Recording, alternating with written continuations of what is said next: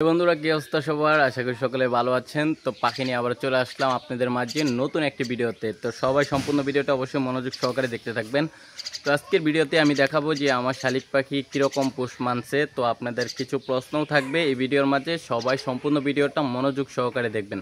তো আমার কাছে যে পাখিটি দেখতে পারতেছেন, এই পাখিটির কিন্তু বয়স প্রায় 2 মাসের কাছাকাছি হয়ে গেছে। পাখিটি সম্পূর্ণ ভালোভাবে পোষ মানছে। তো এখন আমাকে ছেড়ে সে কোথাও যায় না, নিজে নিজে খেতে পারে। তো শালিক পাখিটি এখন প্রপারলি পোষ মানা হয়ে গেছে। তো এখন শুধু পালক পরিবর্তনের অপেক্ষা। পালক পরিবর্তনের পরেই কিন্তু শালিক পাখি সম্পূর্ণ ভালোভাবে কথা শিখবে। তো সেই বিষয়গুলো পরের স্টেপে দেখাবো, মানে শালিক পাখিটি যখন পালক পরিবর্তন করবে তখন দেখাবো। তো এখন দেখাবো যে কীরকম পোষ মানছে আমার শালিক পাখিটি। তো সঙ্গেই থাকুন। তো দেখেন, এই যে আমার শালিক পাখিটিকে আমি নিচে রাখলাম। তো এখন আমি একটু চলে যাব, দেখবো শালিক পাখিটির সাথে সাথে আসে কিনা।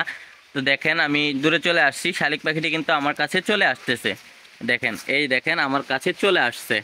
তো আপনারা দেখতে পারলেন যে আমার শালিক পাখিটি কিন্তু আমার সাথে সাথেই থাকে। আমি ডাক দিলে কিন্তু যে কোনো জায়গা থেকে সে চলে আসে, আমি কোথাও গেলে সে আমার সাথে সাথে যায়। তো আপনারা অনেকে আছেন যারা শালিক পাখি পোষ মানাইতে পারেন না, তাদের জন্য একটা টিপস, সেটি হচ্ছে অবশ্যই ছোট বাচ্চা সংগ্রহ করবেন। ছোট বাচ্চা সংগ্রহ করে পাললে কিন্তু খুব ভালো পোষ মানবে। তাই ছোট বাচ্চা সংগ্রহ করার চেষ্টা করবেন। আর পোষ মানানোর ক্ষেত্রে অবশ্যই আপনাকে নিজের হাতে খাওয়াতে হবে, পাখির সাথে একটু সময় দিতে হবে।